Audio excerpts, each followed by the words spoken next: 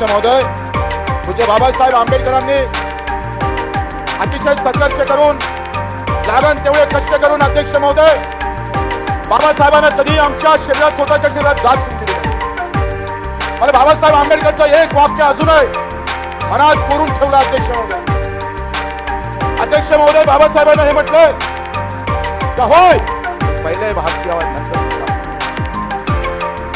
महापुरुषाच्या नावावर असे महात्मा ज्योतिबा फुले म्हणतात आणि मग गृहस्थ म्हणते माझी जात मराठे, मग मी म्हणजे ज्योतिबा म्हणते महाराष्ट्रात जेवढे म्हणून महारापासून तो ब्राह्मणापर्यंत लोक आहे ते सर्व मराठी आहे। बसा बसा। अध्यक्ष महोदय, मान्य सदस्यांचं म्हणणं बरोबर आहे का पहिल्या लाईनवाल्यांना जास्त आपण बोलू देता आणि मागच्या लाईनवाल्यांना आपण कमी बोलताय, तर मला वाटतं असं होऊ नये अध्यक्ष महोदय। आपण खरं तर या बाबतीत मोठे प्रभावी आहे अध्यक्ष महोदय। तसं तर मी जातीपाती धर्मात कधी पडलो नाही, कधी त्याच्यात कधी आंदोलन केले नाही। मी आतापर्यंत जे काही आंदोलन केलं बाहेर आलो सभागृहात बोललो ते शेतकऱ्यांबाबत, दिव्यांगाबाबत, अनाथाबाबत माझ्या सगळ्या लक्षवेधी जास्तीत जास्त दिव्यांगाच्या बाबतीत आणि अनाथाच्या बाबतीत आहे अध्यक्ष महोदय। पहिल्यांदा आम्ही या सगळ्या अशा मागच्या ठरावात मी बोललो नव्हतोय, मागच्या सभागृहात या आरक्षणाबाबत मी कधी बोललो नाही, कारण माझं असं मत आहे का जातीपेक्षा धर्मापेक्षा हक्काची लढाई फार महत्वाची असते। शेतकऱ्याला त्याचा भाव भेटत नाही, मजुराला त्याची मजुरी भेटत नाही, आणि माझं अजूनही पूर्ण असं मत आहे का शेतकऱ्याला जर भाव भेटले तर सगळ्यात जातीत शेतकरी 75% आहे। एका शेतकऱ्याचे प्रश्न मिटले का या देशातल्या सगळ्या शेतकऱ्याचे प्रश्न मिटतं एवढी ताकद शेतकऱ्याच्या प्रश्नामध्ये आहे। पण ते तुमच्यात धम्मक नाही, ना काँग्रेसवाल्यामध्ये, ना भाजपवाल्यामध्ये, ना शिवसेनेवाल्यामध्ये। तुम्ही शेतकऱ्याचं भलं करू शकत नाही हे 75 वर्षामध्ये स्पष्ट दाखवून दिलं। सगळ्या समाजात शेतकरी आहे, पण शेतकऱ्यासाठी समाज उभा राहत नाही, आमदार उभे राहत नाही, खासदार उभे राहत नाही, हे या देशातलं सगळ्यात मोठं दुःख आहे अध्यक्ष महोदय। 350 गुन्हे दाखल झाले, 350, 4 ते 5 गुन्ह्यामध्ये किमान 4 वर्षाची सजा मला कोर्टाने सुनावली।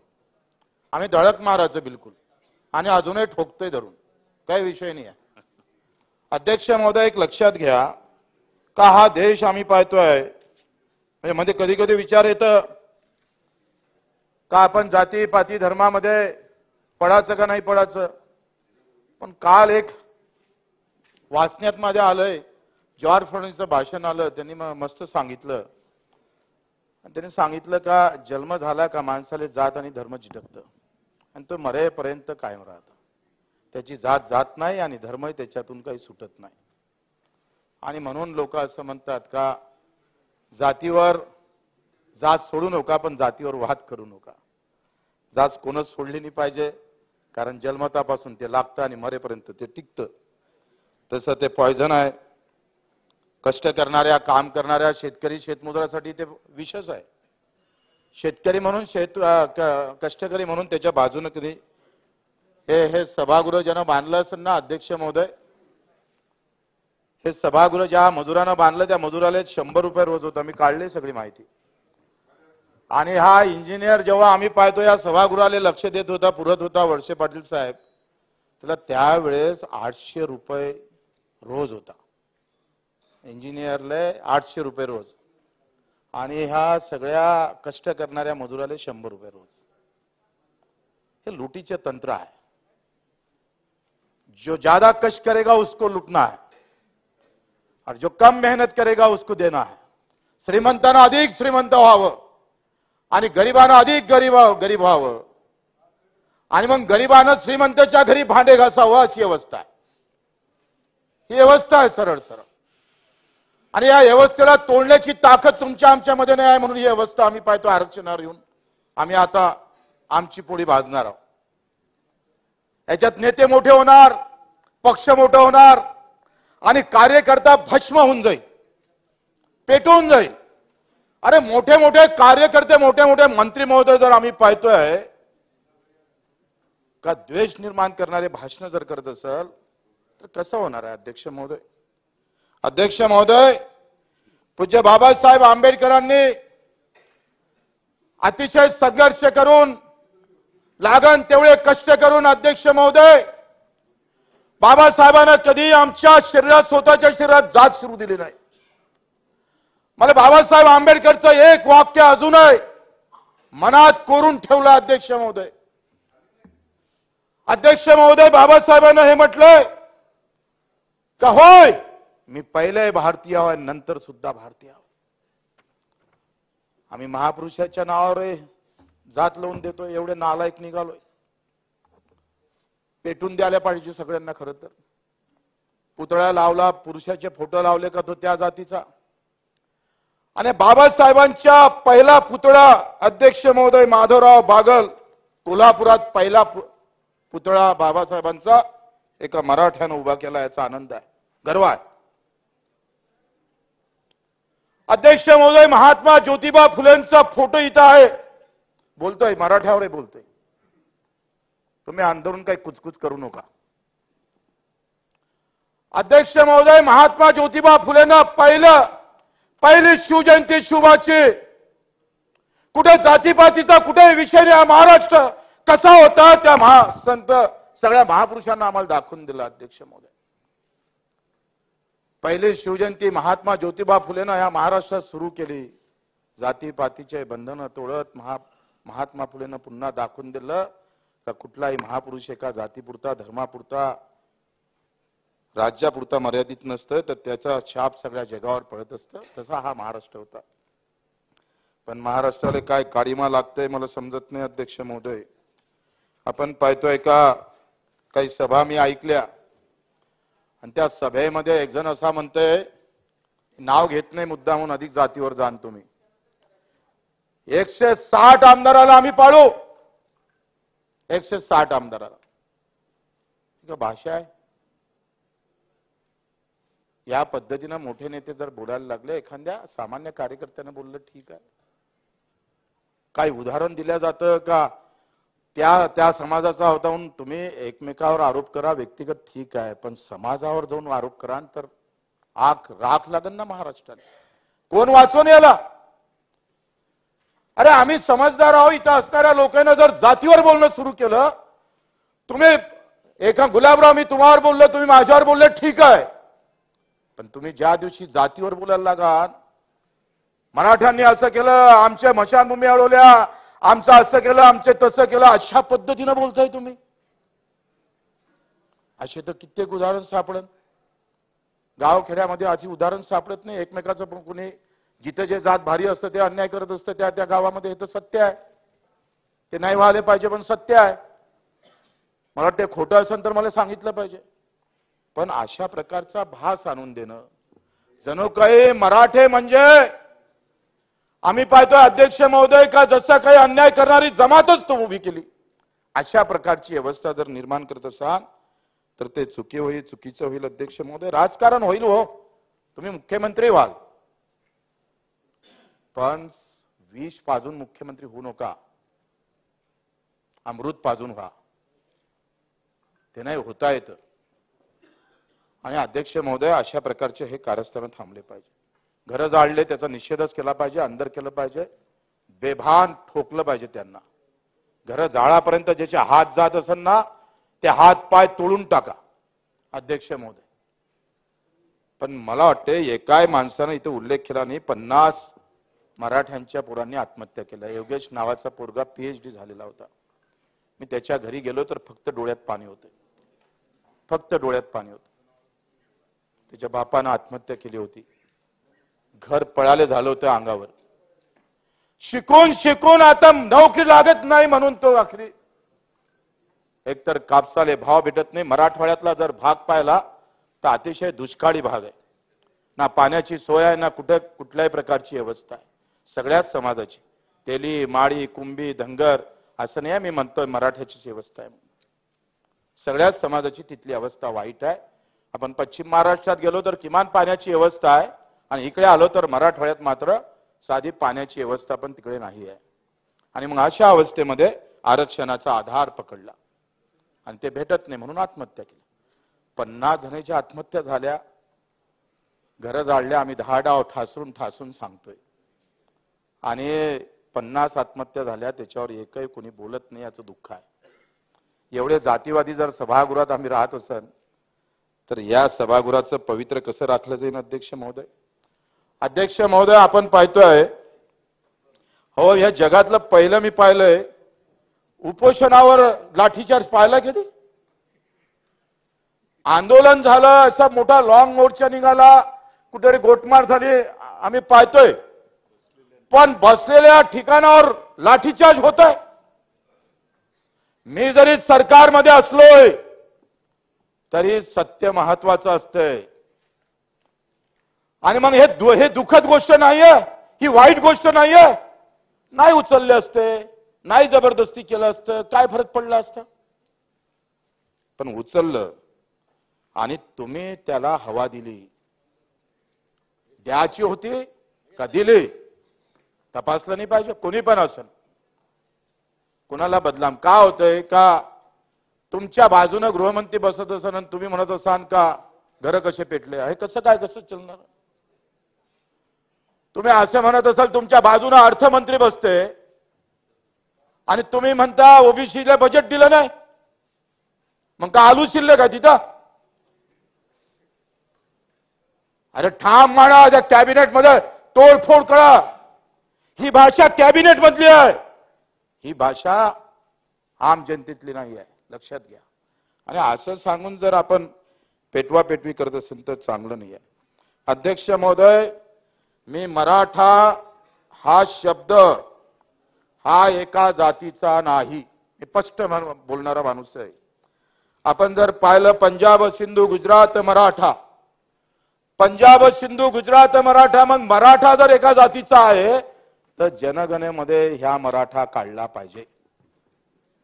एका जातीचा उल्लेख का केला जातो? प्रस्ताव तयार करा, काळा मराठ्याला इथून। हा एका जातीत हा जनगणनेमध्ये आला कसा? अध्यक्ष महोदय 800 वर्षापूर्वीचा पुरावा आहे। लीळा चारित्र्य ग्रंथामध्ये सरळ स्पष्ट म्हटलं आहे, आचार्य गावामध्ये जात पारी कुंभी बसले होते, यात म्हणाले अहो पाटील मराठे तुमच्या गावी ब्राह्मणांचे घर नाही का? 800 वर्षाचा पुरावा आहे, 800 वर्ष। कुंभी हा मराठाचा आहे, पाटील हा मराठाचा आहे, पाटील पदवी आहे हो। गुरधर साहेब तुम्ही पाटील कुंभीमध्ये येत नाही पण पदवी पाटील लागली ना तुम्हाला? पाटील पदवी आहे, देशमुख पदवी आहे, ते कोणत्याही जातीला लागतं। पण पाटील हा आम्ही पाहतोय का मराठा ही सुद्धा या मुलखाचं नाव आहे। वेळात वीर दवळले सात, आम्ही पाहतोय का मराठ्याचं वर्णन आम्ही पाहतोय। 18 पगड जातीतला तेली असन, महार असन, माळी असन, बौद्ध असन, सुतार असन, कुमार असन, धनगर असन, मल्हारराव होळकरांच्या समाधीच्या खाली मराठा सरदार म्हणून लिहिला गेलाय। ते काढान काय तुम्ही? ते काळाची ताकद आहे तुमच्यात। मराठा हाच मी म्हणतोय कुंभी 400 वर्षापूर्वी तुकाराम महाराज म्हणतोय बरे झालं देवा कुंभी केलो नाहीतर अहंकार न मेलो असतो। नंतर 200 वर्षापूर्वी महात्मा ज्योतिबा फुलेचं आसूड आहे। याच्यात काय म्हणताय अध्यक्ष महोदय? ज्या महात्म्याला आम्ही मानतोय जातीचे नसले तरी आम्ही महात्मा फुलेचे कट्टर कार्यकर्ते आहे। महात्मा फुलेसाठी लागण तेव्हा मरण यावं तेवढं मरण आम्ही स्वीकारू। अध्यक्ष महोदय महाराजांचा पहिला पोवाडा लिहिणारे आमचे महात्मा ज्योतिबा फुले काय म्हणतं? कुळवाडी भूषण पावाडा गातो भोसल्यांचा, छत्रपती शिवाजींचा, लंगोट्यास देई जानवी, पोशिंदा कुंभ्यांचा, काळ तो असा यवनांचा। अरे महात्मा ज्योतिबा फुलेला खोटे मागताय तुम्ही? महात्मा ज्योतिबा फुलेने खोटं बोलले? हे आसूड शब्दात त्यांनी लिहिलेला पोवाडा अध्यक्ष महोदय इथून ते समोर म्हणतंय तुम्ही यांना जर खोटं पाळत असेल तर कसं होणार अध्यक्ष महोदय? जिजाबाईचे मूळ घर होते पुण्यास, खान राहिला तिथं वस्तीचं, मराठाचं चौकीबंदी गावात शिरण्यास। म्हणजे स्पष्ट होते का मराठ्याला तिथं चौकीबंदी केल्या जात होती, म्हणजे 18 पगड जातीला. अध्यक्ष महोदय, आज मराठ्याला त्यावेळेस बंदी होती, दुर्दैव आहे आता मराठ्यांना बंदी करावं लागतं. काय मला तर वाटतं जे मराठे मंत्री झाले त्यांनाच खरं तर धन्यवाद द्यायला पाहिजे. चांगलंही केलं का मराठ्यांनी मराठ्यासाठी आरक्षण दिलं नाही. अध्यक्ष महोदय, एक आसूडचा दुसरा भाग आहे, त्याच्यामध्ये एक गृहस्थ जातं महात्मा ज्योतिबा फुलेकडे आणि त्यांच्या पगोट्यात 3 शेंड्या लोंबत नव्हत्या. शिंप्याचं म्हणावं, पगोट्यावर जागोजागी सुया टोचल्या नव्हत्या. सोनारातील म्हणावं, त्याच्या भाऊपुढे उरडा निघाला नव्हता. व ब्राह्मणातील म्हणावं, महात्मा फुलेले चिंता लागली, काय म्हणावं याला. आणि तेव्हा आपला मोहरा माझ्याकडे फिरून आपणच मला प्रश्न केला की तुम्ही मला ओळखले काय, महात्मा फुलेला म्हणतात ते. मी म्हणालो नाही महाराज. म्हणजे ज्योतिबा म्हणाले, मी तुम्हाला ओळखले नाही, माफ करा. गृहस्थ म्हणाला, मी मराठी कुळातील मराठी आहे. तुम्ही मराठे असाल, परंतु तुमची जात कोणती, असे महात्मा ज्योतिबा फुले म्हणतात. आणि मग गृहस्थ म्हणते माझी जात मराठे. मग मी म्हणजे ज्योतिबा म्हणते महाराष्ट्रात जेवढे म्हणून महारापासून तो ब्राह्मणापर्यंत लोक आहे ते सर्व मराठे आहे. आता एवढं स्पष्ट 200 वर्षापूर्वी महात्मा ज्योतिबा फुलेंना म्हटलंय, हे तुम्ही लोकांसमोर आणत नाही. आणि अध्यक्ष महोदय, आणि म्हणून ते मग पुन्हा विचारतोय तर म्हणते मी कुंभी. तुम्ही अमुक जातीचे आहात याचा उलगाडा तेवढ्यात होत नाही. मराठे म्हणून तुम्ही कोणत्या जातीचे आहे हे सांगता येत नाही. म्हणून गृहस्थ मग त्याला सांगतं मी कुंभी आहे. आता हे माझ्या हातचं नाही, महात्मा ज्योतिबा. तुम्ही महात्मा ज्योतिबा फुलेला हे खोटं मानाल का. म्हणजे महात्मा ज्योतिबा फुलेचा विषय झाला. अध्यक्ष महोदय, भीमरावजी आंबेडकरांचं खंड 10वा आहे, चरित्र खंड आहे. अध्यक्ष महोदय, याच्यात खूप चांगल्या प्रकारचं झेंडा समिती नेमल्या गेली होती अध्यक्ष महोदय. आणि याच्यात झेंडा समितीमध्ये आंबेडकरांचं नाव होतं, बाबासाहेब आंबेडकरांचं. आणि तेव्हा महाराष्ट्रानं ठरवलं होतं का त्या तिरंग्याचा रंग हा भगवा असला पाहिजे. आणि तेव्हा बाबासाहेब आंबेडकरांचा झेंडा कमिटीवर नेमणूक झाली आणि ते दादरला 3 जुलैला आल्या. परत आल्यावर सुरबा टिपणीस हे सगळं सरकारनं छापलेलं पुस्तक. नाही तर तुम्ही अधिक आरोप करणार आहे, तुम्ही मोठे भारी आहे तसे. सुरबा टिपणीस याच्या भेटीला गेले असता ते म्हणाले राष्ट्रध्वज ठरवण्याची कमिटी नेमल्या गेली, तरी आपल्या महाराष्ट्रात आपल्या भगव्या झेंड्याच्या आग्रहाची चळवळ कुठेही कशी नाही. डॉक्टर आंबेडकर स्वाभिमानी मराठे आहे. आता ज्योतिबा फुलेच्या म्हणण्यानुसार भुजबळ साहेब मराठी आहे, वळसे पाटील मराठी आहे, गुलाबराव मराठी आहे, देवेंद्र फडणवीस पण मराठी आहे, सगळेच मराठी आहे. जर आपण आव्हाड साहेब महात्मा फुलेचं तर मानलं तर महात्मा फुले साहेबांचं भगव्या झेंड्याच्या आग्रही चळवळ कुठंच काही दिसत नाही. आंबेडकर स्वाभिमानी मराठी आहे. शिवाजीच्या भगव्या झेंड्याचा त्यांना तिखट अभिमान आहे. तमाम महाराष्ट्रातल्या मराठ्याने एकमुखाने या झेंड्याचा राष्ट्रध्वज म्हणून पुकारा करतील. दिल्लीत कमिटीला गंभीर विचार करावा लागेल, ही आंबेडकरांची भावना बरोबर होती. आता एवढं स्पष्ट असताना सुद्धा म्हणजे एखादा माणूस, मी माणूसच आहे रे बाबा, तुम्ही म्हणताय नाही माणूस नाही, तुले देवाच्या घरी पाठवतो, देव मला सांगन आणि मग तुले आम्ही मानन का हा माणूस होय. केवढे भयाड थुत्रे लोक आहे. अध्यक्ष महोदय, एवढं सगळं असताना राग का येणार नाही. अध्यक्ष महोदय, वर्षामागे वर्षे गेले, जरांगे पाटलांनी उपोषण केलं. उपोषण केल्यावर एक समिती नेमली, समितीला पुरावे सापडले आणि ते पुरावे जास्त सापडले म्हणूनही तुम्ही बोंबलताय. तुमच्या मनात नेमकं काय मला समजत नाही. मी कधी जातीगीतीवर बोलावं नाही असं आयुष्यात मी ठरवलं होतं का आपण ह्या जाती धर्माच्या भानगडीत कधीच पडायचं नाही. कारण माझ्यासोबत असणारा दिव्यांग हा सगळ्या जातीचा आहे. अनाथ आले आम्ही 1% आरक्षण मिळवून दिलं, त्याची जात मला अजून माहित नाही. त्याच्यासाठी आम्ही गुन्हे दाखल करून घेतले. आता गायकवाड समितीचं आयोगाचं तुम्ही आकडेवारी सगळ्यांना वाचून दाखवली आणि मग समाजामध्ये आपण पाहतोय 8 मराठे मुख्यमंत्री झाले किंवा 18, 50, 60, 200 आमदार जर मराठ्याचे खासदार आहे, तर माझं असं म्हणणं आहे ते जात सुखी झाली अशी कोणी म्हणत असेल तर मग कसं होणार आहे? मग असं आपल्याला ठरवा लागेल, ज्या जातीचे कमी आमदार आहे, ज्या जातीचे कमी खासदार आहे, त्याला आरक्षण पहिलं द्या. बरोबर आहे का नाही? असंच ठरवा लागेल. मग असं ठरवून टाका. म्हणजे मला वाटते तुम्ही 200 लोक, एखाद्या महाराष्ट्रातले 200 लोक सुखी झाले तर मग सगळा समाज सुखी आहे असं म्हणत असाल तर आपण किती करंटे आहे त्याच्या किती म्हणजे ते सिद्ध होतं आपण किती करंटे आहे. अध्यक्ष महोदय, मी एवढं सगळं वाचून दाखवणार नाही. किती घरं मातीची आहे, किती कुळाची आहे, हा सगळा अहवाल गायकवाड समितीने आपल्या समोर ठेवला होता.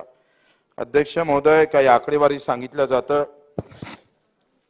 हे पुस्तक आज महाराष्ट्रातील शासकीय कर्मचाऱ्यांचा सर्वकष माहितीचा कोश आहे, माहिती कोश आहे. अध्यक्ष महोदय, आज महाराष्ट्रात 4,84,901 कर्मचारी अधिकारी आहे. त्यामध्ये SC ST OBC मध्ये एकूण 3,43,403 कर्मचारी अधिकारी आहे. टक्केवारीमध्ये 71% आरक्षण आहे. ओपन मध्ये 29% लोक सरकारी कर्मचारी काम करतं. त्यामध्ये मराठा आहे, ब्राह्मण आहे, जैन आहे, कायस्थ, मुसलमान आहे, ख्रिश्चन आहे. परंतु हीच आकडेवारी वेगळ्या पद्धतीने वाचून दाखवून पुन्हा मतमतांतर करण्याचा जो प्रयत्न होता आहे तो खरं तर खरी माहिती शासनानंच घोषित केली पाहिजे. मला असं वाटते का शासनानं खरं याची जातीय गणना होणं फार महत्वाचं आहे. पण मला असं वाटतं का एखाद्याला आरक्षण दिलं, समजा एक गाव आहे आणि 100 गावापैकी 4 लोकांना आरक्षण भेटलं तर 4 कुटुंब सुखी होऊ शकतं. पण माझं असं मत आहे का त्याच गावातल्या शेतकऱ्याला जर भाव दिला तर अख्खं गाव सुखी होऊ शकतं. जे सोपं आहे ते स्वीकारायला तुमची तयारी नाही. कारण बजेट मधले 3 लाख कोटी रुपये तुम्ही कर्मचाऱ्याला वाटता, अधिकाऱ्याला वाटता, आमदाराला वाटता, खासदाराला वाटता आणि शेतकऱ्याला 34,000च्या गोटीवर ते सरकत नाही. म्हणजे जिथं तुम्हाला काम करायला पाहिजे राजकीय लोकांना तिथं काम करत नाही. ह्या जातीय अवस्था निर्माण झाल्या पाहिजे. तुमचं आमचं व्यवस्थित जमलं पाहिजे. काही काम न करता निवडून येतं जातीच्या नावानं माणूस.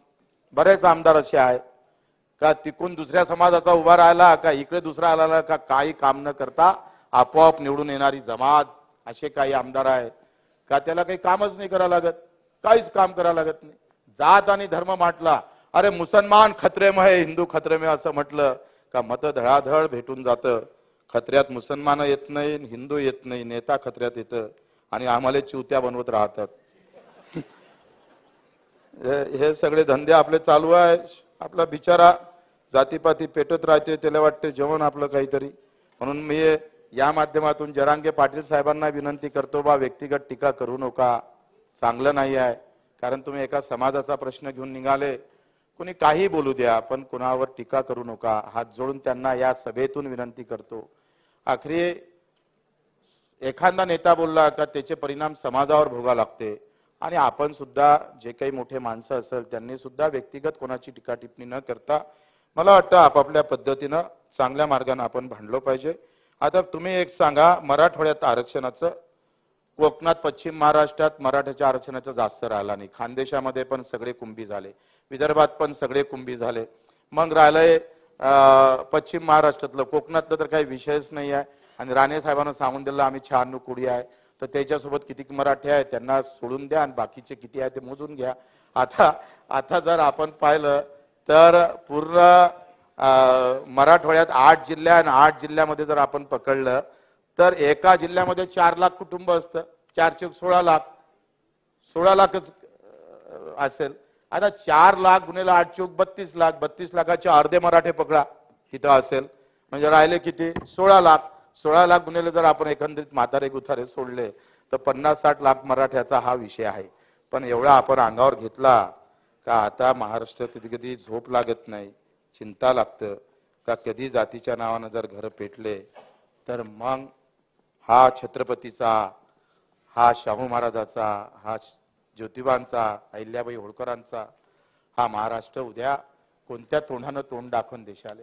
अरे आपल्याला तर जबाबदारी दिली छत्रपतीनं देशाचं संरक्षण करण्याचं आणि तुम्ही आपसात भांडायला लागले आणि ते कायच्यासाठी तर आरक्षणासाठी. मला वाटतं या महाराष्ट्रानं भुजबळ साहेबांना, परडकर साहेबांना, जरांगे पाटलांना, तुम्ही आम्ही सगळे एकत्र व्हा आणि एकदा शेतकऱ्यासाठी भांडा ना. काय हरकत आहे? पक्ष गिक्ष झेंडे बाहेर काढा. तुमच्यात एवढी ताकद आहे का तुम्ही जर शेतकऱ्यासाठी बाहेर निघाले तर मला वाटतं आरक्षण 15,000 रुपये क्विंटल कापसाले भाव भेटू दे, 10,000 क्विंटल तुरीला, आपल्या याला सोयाबीनला, 15-20 क्विंटल तुरीला. आम्हीच तर नोकर ठेवतो येले सगळेले, आम्हीच ठेवतो आमच्या खटल्यावर. 40,000 रुपये महिना देतो आम्ही. आम्ही काय दुसरीकडे कामाला जातो? पण आम्ही एवढे बदमाश लोक आहे, राजकीय लोक, म्हणजे मी पण आलो त्याच्यात. आपण सगळे बदमाश आहे. ते जेव्हा जनतेला समजन तेव्हा तुम्हाला पेटवल्याशिवाय राहणार नाही. पक्का आहे, 100% खरा आहे. आणि म्हणून शेतकऱ्याचा विषय बाजूला सोडून मला वाटतं शेतकऱ्याच्या विषयातच या देशाचं भलं आहे. शेतकऱ्याच्या विषयात शेतकरी, मला सांगा कोणत्या जातीत शेतकरीने एवढं सांगा. आणि म्हणून आपल्याला विनंती करतोय, बरंच बोलायचं होतं, बेल वाजवलं, मला वाटते बेल वाजवते वाटतं. अध्यक्ष महोदय, आपण पाहतोय का याच्यामध्ये आपण एक केलं पाहिजे, एकतर ओबीसीला आरक्षण वाढून घ्यायला पाहिजे. काय हरकत आहे? ओबीसीचं आरक्षण वाढून घ्या, सगळे मिळून एकत्र व्हाव आणि ओबीसीचं आरक्षण वाढून घ्या आणि त्याच्यात त्यांना घेऊन घ्यावं, असं होऊ शकतं. आता काही लोक असं म्हणतात का राजकारण चाललं जाईल, पंचायत समिती जाईल, जिल्हा परिषद जाईल, जिल्हा परिषद गेली तर आमदारकी चालली जाईल. तर आपण त्याचं शपथपत्र लिहून घेऊ का? पण तुम्ही पंचायत समिती, जिल्हा परिषद लढूच नका. तसंही करता येईल. काय हरकत आहे? असं करायला काही हरकत आहे का त्यांनी लिहून दिलं तर? म्हणजे इतकी भीती आपल्या मनात काय मला समजत नाही. आणि म्हणून जातीपाती धर्मामध्ये मला वाटतं हे न पडता धनगर समाजाच्या आरक्षणाचा विषय, आता दलित बांधवामध्ये आमचे माथंग समाज म्हणतोय त्याचा अबकड करा, ओबीसी मध्ये अबकड केलं पाहिजे. सुतार सगळ्यात कमी आहे, कुंभार सगळ्यात कमी आहे, न्यावी सगळ्यात कमी आहे, लोहार सगळ्यात कमी आहे. त्याची तर गिनतीच नाही आहे, तो कुठंच बसत नाही आहे. या आमच्या सपाट्यामध्ये तो बिचारा कुठं सापडतच नाही. मग ह्या शिंपी आमचा लोहार गिवार याला अबकड द्या, तो कुठेतरी टिकला पाहिजे का नाही? ते संख्येनं कमी आहे म्हणून त्याच्यावर अन्याय कराल का तुम्ही? त्याला पण आपण आरक्षणात ओबीसी मध्ये स्थान दिलं पाहिजे आणि त्याच्याही पाठीशी उभं राहिलं पाहिजे अशाही अपेक्षा करतो. आणि तुम्ही झालंच नाही तर मला असं वाटतंय का या राज्यात शांतता ठेवायची असेल तर पूज्य बाबासाहेब आंबेडकरांचे वंशज आमचे प्रकाश आंबेडकरलाच आता मुख्यमंत्री केलं पाहिजे. म्हणजे या देशामध्ये खऱ्या अर्थानं खरा न्याय ज्यांनी या ज्यांनी घटना दिली आमच्या देशाला, त्याच्यावर आम्ही कम से कम तेवढं तरी आपण केलं पाहिजे. अशा पद्धतीनं समोर झाले काय हरकत आहे? काही हरकत नाही. मला वाटतं हे तेव्हा शांत राहील सगळं. मी तर मुद्दा म्हणून विधानसभेत बोलतो सगळे, कारण मला काही पक्ष नाही आहे, पण असं करायला काय हरकत आहे? का बरं दलित मुख्यमंत्री होऊ नये? का बरं माळी मुख्यमंत्री होऊ नये? का बरं तेली होऊ नये? तेलाचा मुख्यमंत्री झाला पाहिजे. आता लय झालंय, आम्ही 8 वर्ष मराठ्याला दिले, तुम्ही आम्हाला काहीच दिलं नाही मराठ्याला आरक्षण. आदिवासी मुख्यमंत्री आमचा राजकुमार कोण मुख्यमंत्री झाला पाहिजे? काय हरकत आहे? अध्यक्ष महोदय, आखरी समतेचा हा नारा फक्त बोलून चालत नाही, प्रत्यक्षात उतरावं लागतं. आणि म्हणून एका जातीला टार्गेट केल्यापेक्षा मला वाटतं सगळे मिळून सगळ्यांसोबत जाऊन आम्ही सगळे एक आहोत, महाराष्ट्र धर्म पाळावा एवढीच अपेक्षा करतो, विनंती करतो. अध्यक्ष महोदय, आपण भरपूर बोलू दिलं, कारण तुमचं लगेच आमच्यासाठी बेल वाजतंय, आज वाजवली नाही, त्याबद्दल धन्यवाद. जय हिंद, जय महाराष्ट्र.